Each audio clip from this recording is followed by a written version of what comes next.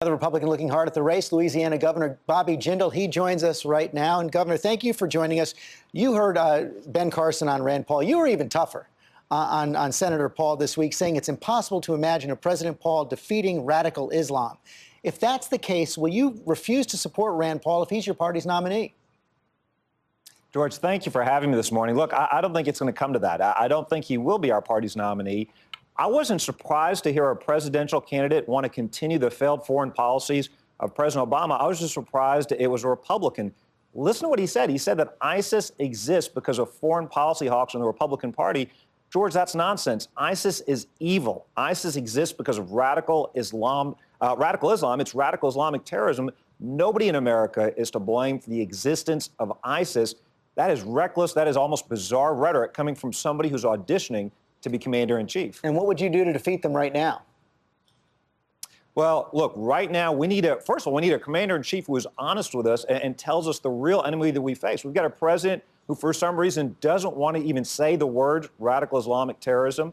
And we need to identify the enemy. We need to do everything we can to hunt them down and kill them. We need to take the political handcuffs off of our military advisors. The president, for example, right now has gone to Congress saying, giving an authorization of use of military force with a 3-year deadline with a ban on ground troops.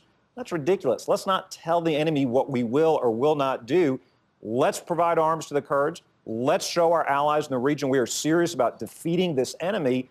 This president, with his failed red line with Assad, for example, in Syria, I think discouraged Sunni allies in the region that want to help us. If we are serious about getting rid of ISIS, destroying their ability to hold ground in Syria and Iraq, destroying their ability to build the so-called caliphate, one, we stop their ability to recruit. But second, I think we encourage other allies that want to work with us, that want to help us wipe out this enemy. Rand Paul's team hit back pretty hard at you this week, calling you a flip-flopper on Common Core, saying you've cratered your state's economy and budget. Your response? Well, look, we have cut our budget. We measure our success by the success of our people, not the success of government. George, we've cut our budget 26%. Over 30,000 fewer state government employees. Our economy has grown twice as fast as the national economy, 3 times as fast. Job creation. Look, I think the senator is a little sensitive. The reality is we've already had a one-term senator from the Democratic Party who wanted to retreat from the world, who wanted to project American weakness. We don't need to replace him with a one-term Republican senator that also wants to project that same weakness all around the world because we're trying to lead from behind. You see Iran on the march, more influence in Iraq and Syria and Lebanon. You see Russia on the march, more in eastern Ukraine. You see China on the rise in Asia. This is what happens when America tries to retreat from the world. We need peace through strength. All that weakness does is provoke our enemies. We're not going to defeat evil through weakness. Unfortunately, Senator Paul doesn't seem to understand that. I know you said you're going to decide about your own run next month, but I wonder if you're being overtaken by events. The field continues to grow every single day. You don't seem to be getting any traction. The latest poll out of Iowa, Bloomberg poll, has you tied for 14th. Is it too late?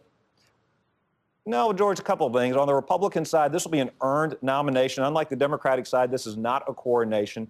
I think voters want a big change. I think they want a candidate who's going to go to Washington. They want a president who's going to make not only a Republican president, but somebody who's going to go in there and rescue the American dream from becoming the European nightmare. President Obama is drowning us in debt, more spending, more government dependence, more regulations, more taxes.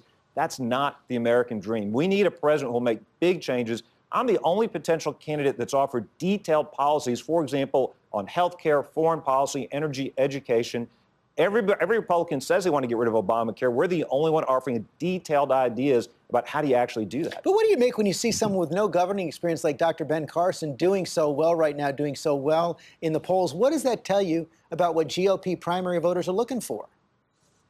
Well, George, a couple of things. I'm still biased towards governors, especially vis-a-vis senators and others. I think those that have run something either in the private sector or for their states are better qualified. We've had now 2 terms of a president who needed on-the-job training. We can't afford that again. But the great thing is that this will ultimately be up to the voters. I think that in this election, at least on the Republican side, they're not going to commit till late. They're going to want to kick the tires. We have had, I think every politician says this is the most important election of our lifetime. This really is. I think voters want somebody who not can just give a good talk, say a good one-liner. They want somebody who can actually govern and can make big changes. George, if we don't shrink the size of the federal government, it's going to overtake our economy. We've done that in Louisiana. We understand that as the government continues to grow, our people in the real world continue to suffer. Their incomes aren't rising. We don't see the real growth rate that we really deserve as a country.